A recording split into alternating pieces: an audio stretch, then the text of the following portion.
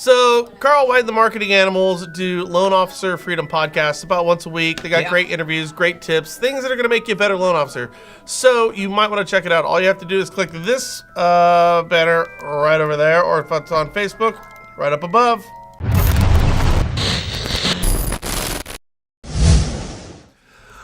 All right, things are getting downright weird over at the Consumer Financial Protection Bureau, if you hadn't noticed lately. Now, it's great to know that these people are in charge of writing rules and enforcing laws for our financial institutions all across the country.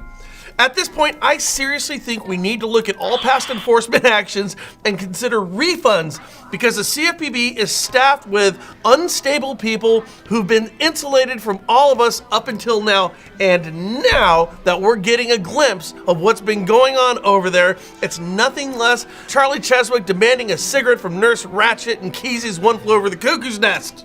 And yes, we just made a book reference, a book worthy of the batshit crazy nature of the insane asylum, better known as 1700 G Street, Washington, D.C., CFPB headquarters. Yeah, it's now come out that a group of overeducated and overpaid brats who work at the CFPB have decided to form a resistance at the CFPB, calling themselves Dumbledore's Army. Named after the secret resistance army in the Harry Potter books. They're resisting the new and legal director Mick Mulvaney's mandates, which by his words will make a drastically different looking agency.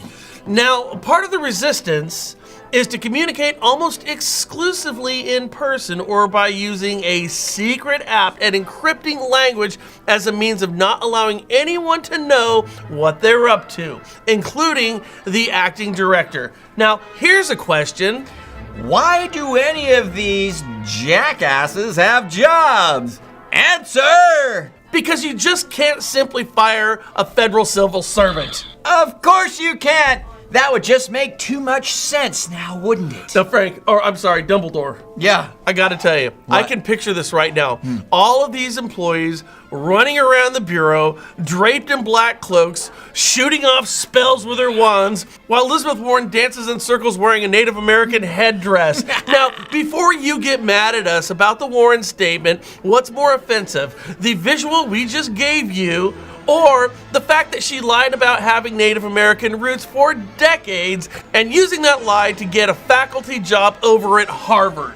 Seriously, but back to the story of Dumbledore's Army and the CFPB. So, this is going to backfire because what these CFPB employees are doing is illegal. Yep. Using encrypted messaging applications to avoid transparency laws in an effort to conceal their communications from internal and external oversight. Yep.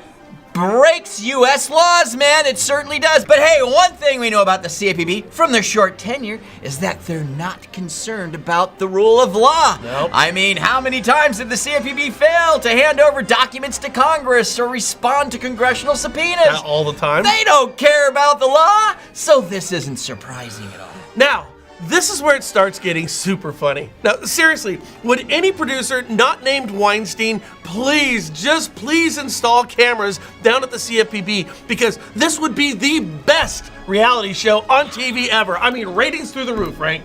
Okay, so in response to Dumbledore's Army, the encrypted language, the clandestine face-to-face meetings, a group calling themselves the Cause of Action Institute, That doesn't sound too weird. have filed a Freedom of Information Act request with the CFPB requesting all communications containing the word Get this. Dumbledore, Oh my God. Dumbledore's Army, Snape, Voldemort, he who shall not be named, encrypted message or encrypted messaging as a means of trying to figure out how the little wizards are trying to upend Mulvaney's plans. And yes, guys, this is happening right now at the freaking CFPB. Now, you want to find a waste of billions of your taxpayer dollars? Here it is.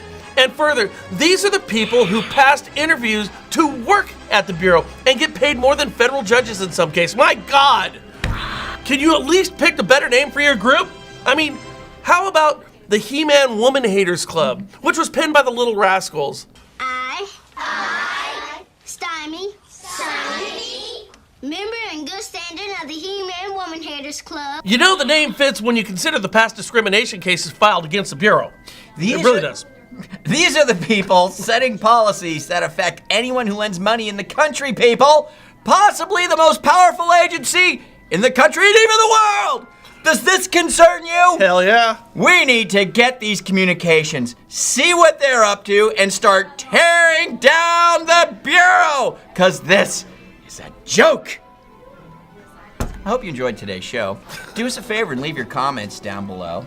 Forward, share, and subscribe for free in your upper right-hand corner. We'll catch you later here at the National Real Estate And Post. remember, sharing is caring. Share it on your social sites and tag people. It helps us really push this message out. Who am I Have a good day. again? Dumbledore? You're Doodle? Dumbledore. Dumbledore? And I'm Harry. Ready? Here we go.